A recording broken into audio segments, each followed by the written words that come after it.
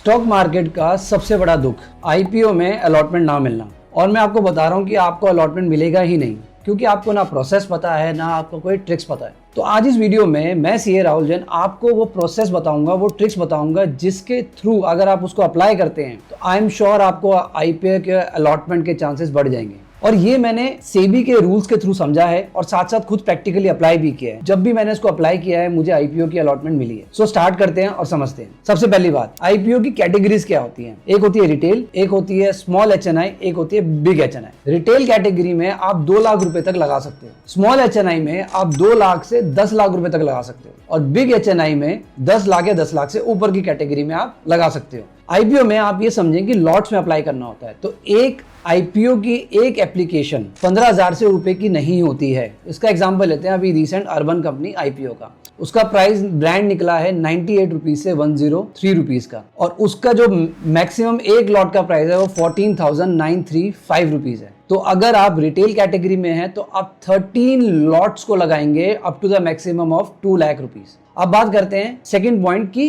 Allotment का process क्या होता है, सेबी कैसे निकालती है, कैसे देती है अलॉटमेंट। सेबी के न्यू रूल्स के हिसाब से अलॉटमेंट जो होता है वो लॉटरी बेस होता है। कुछ टाइम पहले प्रोपोर्शनेट बेसिस होता था। अब वो प्रोपोर्शनेट बेसिस कैसे होता था, एक आईपीओ अगर ओवर सब्सक्राइब हुआ है मान लो 300 टाइम्स, तो big HNI application 50 lakh 60 lakh 70 lakh की एप्लीकेशन लगाते थे ताकि उनको अलॉटमेंट गारंटीड हो जाता था प्रोपोर्शनेट। इसका प्राइम एग्जांपल है अशनीर और कोटक सिक्योरिटीज का जो इशू हुआ था नायका आईपीओ के लिए। अगर आप वो याद करें, ईयर 2022 के आसपास हुआ था। वो केस ये हुआ था कि नायका के आईपीओ में अप्लाई करना था बिग एचएनआई कैटेगरी में, लेकिन कोटक से कुछ एरर हुई थी और वो अशनीर को नहीं मिला था और गारंटीड थी कि उनको मिलना ही था। तो प्रोपोर्शनेट बेसिस था, लेकिन because of all this stuff SEBI ने रूल चेंज करके अब लॉटरी बेस कर दिया है कि आपकी लॉटरी निकलेगी, लॉटरी सिस्टम होगा, ड्रॉ सिस्टम होगा और उस हिसाब से आपको अलॉटमेंट मिलेगा। अब बात करते हैं मुद्दे की कि क्या हम मिस्टेक्स कर रहे हैं और कैसे हमारी वो मिस्टेक्स ठीक करने से चांसेस हमारे आ जाएं और लॉटरी में हमारी निकल जाए। तो बात करते हैं, पहला क्या है कि आप अपने पैन में अप्लाई करते हैं लेकिन मल्टीपल एप्लीकेशंस कर देते हैं। तो अगर आप जब भी आप अप्लाई करते हैं तो देखते हैं कि 2-3 ऑप्शंस आ रहे होते हैं कि एक एप्लीकेशन, 2 एप्लीकेशन, 3 एप्लीकेशन। आप यही गलती करते हैं, एक पेन से मल्टीपल एप्लीकेशन लगा देते हैं। तो सबसे पहले तो आपको यही करना है कि मल्टीपल एप्लीकेशन ना लगाएं, क्योंकि मल्टीपल एप्लीकेशन एक पेन पे अगर लगाते हैं तो आपकी एप्लीकेशन रिजेक्ट हो जाएगी, कंसीडर ही नहीं करी जाएगी। तो एक पेन पे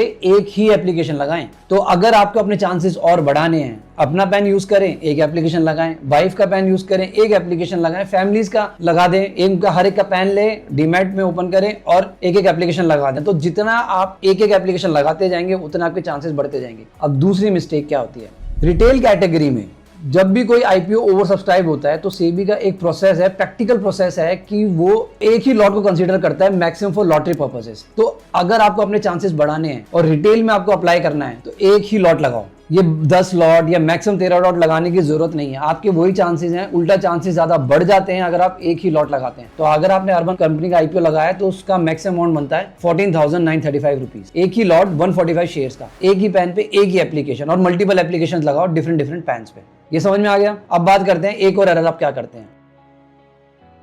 आपने कभी देखा है कि हर एक आईपीओ का प्राइस का बैंड होता है। अर्बन कंपनी की बात करते हैं, उनका बैंड है 98 रुपीज से 103। ये मिनिमम और मैक्सिमम होता है। तो आपको रिटेल कैटेगरी में मैक्सिमम प्राइस पे लॉट लगाना है 103 पे, मिनिमम पे मत लगाना। मिनिमम पे लगाओगे तो रिजेक्ट हो जाएगी। 103 पे लगाना, मैक्सिमम प्राइस पे लगाना और सिंगल एक ही लॉट लगाना। एक और बात करते हैं, एक और एरर जो आपको नहीं पता होगी।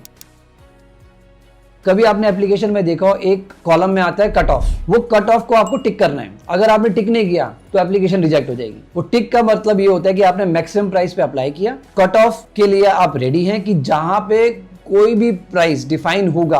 एक बुक बिल्डिंग प्रोसेस होता है आईपीओ से पहले, एक शेयर का प्राइस डिफाइन होता है बुक बिल्डिंग प्रोसेस से। उस प्रोसेस पे आप एग्री करते हैं कि कोई भी प्राइस आएगा तो आप उस पे एग्री करते हैं कि आपको मिलना चाहिए। तो कट ऑफ पे टिक करना बहुत जरूरी है। ये एरर बहुत कॉमन होती है, लोग देखते नहीं है और इससे एप्लीकेशन रिजेक्ट हो जाती है। अब एक और कॉमन एरर है, हम जब एप्लीकेशन फाइल करते हैं कुछ तो अपने डीमैट के थ्रू करते हैं, लाइक जीरोधा, लाइक ग्रो, लेकिन कुछ नेट बैंकिंग के थ्रू करते हैं, आसबैन, ऑल दैट। वहां पे आपका डीमैट अकाउंट लिंक होना चाहिए। वो सीडीएसएल या एनएसडीएल जो भी है, आपका डीमैट अकाउंट नंबर वहां पे लिंक होना चाहिए। कई बार वो लिंक में प्रॉब्लम होती है, वो लिंक नहीं होता है, तो उस वजह से आपकी एप्लीकेशन भी रिजेक्ट हो जाती है। ये बहुत छोटी छोटी चीजें हैं जो ध्यान में रखनी जरूरी है। अगर आपकी एप्लीकेशन रिजेक्ट ही हो गई तो आपको मिलेगा कैसे, आपके चांसेस ही नहीं बनेंगे। Last but not the list, bank account में बैलेंस रख लेना। क्योंकि वो बैंक अकाउंट होल्ड होता है उतने अमाउंट का, तो बैलेंस नहीं होगा तो फिर एप्लीकेशन रिजेक्ट हो जाएगी। तो एक एंटायर प्रोसेस होता है, आपकी एप्लीकेशन को वेरीफाई किया जाता है। तो मैं फिर से समराइज कर देता हूँ, एक पैन एक एप्लीकेशन, मल्टीपल एप्लीकेशन लगाओ डिफरेंट पैन्स पे, मैक्सिमम प्राइस पे लगाओ,